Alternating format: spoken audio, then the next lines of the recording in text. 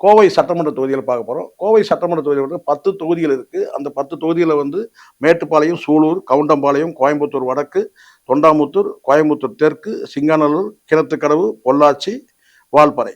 So இதுதான் வந்து 10 தொகுதிகள் இருக்கு. இந்த 10 தொகுதியில வந்து அ யாருடைய கோட்டையா இருக்கு? கோவை ஏற்கனவே எல்லாருக்குமே தெரிஞ்சது தான். கோவைய பொறுத்தவரைக்கும் அதிமுக கோட்டையா தான் வந்து இருந்தது.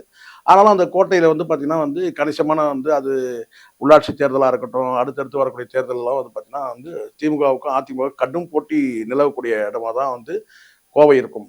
குறிப்பிட்டு வந்து இது வந்து அதிமுக கோட்டைன்னு சொன்னாலும், அந்த கோட்டையில வந்து அடிக்கடி வந்து பார்த்தீங்கன்னா வந்து இவங்க கணிசமான வந்து வெற்றி வாகை சூடியிருக்கிறாங்க.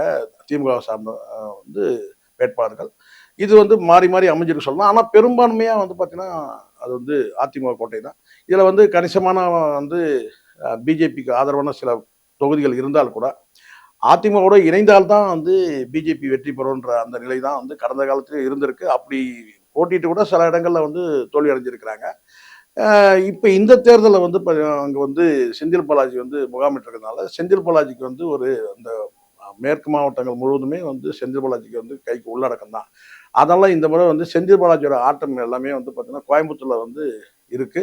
அதில கடந்த காலத்தில வந்து பார்த்தீங்கன்னா, இந்த பணப்பட்டுவாடா செய்றதுல கூட வந்து பார்த்தீங்கன்னா, நேரடியாவே வந்து அவர் கவனம் செலுத்தி எங்கெல்லாம் பணம் போகலன்றத வந்து தெரிஞ்சு கூட பணப்பட்டுவாடா வந்து மிகப்பெரிய இப்ப ஒட்டுமொத்த நீங்க தமிழ்நாட்ல நீங்க எடுத்துக்கிட்டீங்கன்னா, பணப்பட்டுவாடா நடந்த தொகுதிகள் நீங்க எடுத்தீங்கன்னா, கோயம்புத்தூர்ல 10 தொகுதியில நம்ம சொல்ல முடியும். அந்த அளவுக்கு பணப்பட்டுவாடா வந்து நடந்திருக்கு.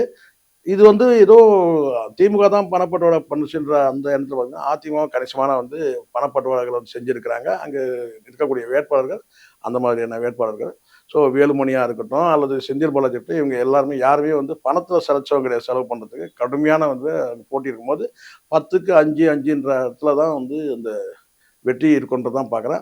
இதுல செந்தில் பாலாஜி நேரடியா களத்துல இறங்குனதுனால வந்து பார்த்தீங்கன்னா, 10 தொகுதியில வந்து பார்த்தீங்கன்னா, 7 தொகுதிகள் கூட வெற்றி பெறதுக்கான வாய்ப்பு இருக்கு. ஏன்னா முழுமையா வந்து கோவை முழுவதுமே வந்து அவருடைய போட்டியிடக்கூடிய தொகுதிகள தாண்டி, அ முழுமையா வந்து கோவை முழுவதுமே வந்து அ செந்தில் பாலாஜியோட கட்டுப்பாட்டுல இருக்கு. அது வந்து பார்த்தீங்கன்னா, ஒரு செந்தில் பாலாஜிய பொறுத்தவரைக்கும் ஒரு கௌரவ பிரச்சனை. அதனால ஒரு 3 தொகுதிகள் வந்து கைமாறலாம் அதிமுகவுக்கு. மீதி இருக்க வந்து 7 தொகுதியில வந்து பார்த்தீங்கன்னா, திமுக தான் வெற்றி பெறும். இது ஏதோ போற போல ஒரு உத்தேசமா நான் சொல்லவே இல்ல. அங்க களத்துல வந்து செந்தில் பாலாஜி இல்லாமல் இருந்திருந்தால், ஒரு வேளை வந்து அங்க அ கூடுதல் வந்து பார்த்தீங்கன்னா, வெற்றி பெறலாம். அதிமுக. ஒரு 6 தொகுதியில கூட வெற்றி பெறலாம். ஆனா செந்தில் பாலாஜி இருக்கிறதுனால, ஒரு 2, 3 தொகுதிகள் வேணா கைமாறலாம். மற்ற தொகுதியில வந்து கடும் போட்டிய வந்து அங்க பார்க்குறோம் நம்ம. கோயம்புத்தூர பொறுத்தவரைக்கும் பாஜகவோட கவனம் செலுத்தக்கூடிய ஒரு தொகுதிகளா தான் இருக்குது. அந்த 10 தொகுதியிலுமே. அதுவும் கோவை கிழக்கு, மேற்கு இதெல்லாம் வந்து பார்த்தீங்கன்னா, குறிப்பிட்டு வந்து பிஜேபியோட வாக்கு வங்கி கணிசமா இருக்குன்னு கூட சொல்ல முடியும். அதில கடந்த காலத்தில வந்து பார்த்தா எப்பவுமே வந்து பிஜேபியில இருந்து தலைவர்கள் வந்தா கூட அது மோடியா இருக்கட்டும், அமித்ஷாவா இருக்கட்டும், அதுக்குன்னா கோவையில தான் வந்து அவங்களுடைய முகாமே இருக்கும். அப்போ பிஜேபிக்கு வந்து பார்த்தீங்கன்னா, கொஞ்சம் ஃபேவரா அந்த மக்கள் இருக்கிற மாரி ஒரு தோற்றமும் இருக்க தான் செய்யுது. ஆனாலும் கூட அந்த இடத்துல வந்து செந்தில் பாலாஜி களம் இறக்கறது மூலமா, செந்தில் பாலாஜிக்கு கடந்த காலத்தில நடந்த சில நிகழ்வுகள்லாம் உங்களுக்கு தெரியும். அது பாஜகவுடைய அழுத்தங்கள் காரணமா தான் நடந்ததுன்றது எல்லாருக்குமே தெரியும். அந்த இடி போன்ற அப்போ இந்த இடத்துல செந்தில் பாலாஜி ரொம்ப சென்சிட்டிவா வந்து வேலை செய்யக்கூடிய ஒரு பகுதியா தான் வந்து கோவை மாவட்டத்தில இருக்க 10 தொகுதியிலுமே இருக்கு. அப்போ அந்த இடத்துல வந்து கண்டிப்பா வந்து பிஜேபியோட வேட்பாளர்கள் வந்து வெற்றி பெறதுக்கான வாய்ப்பே இல்ல. அதிமுகவும் வந்து பார்த்தீங்கன்னா வந்து குறிப்பிட்ட அவங்களுடைய தொகுதியில வெற்றி பெறதுக்கான அந்த உத்வேகத்த தான் காட்டுவாங்க தவிர, பிஜேபி சைட்ல வந்து பெருசா அவங்க வந்து காட்டவும் முடியாது.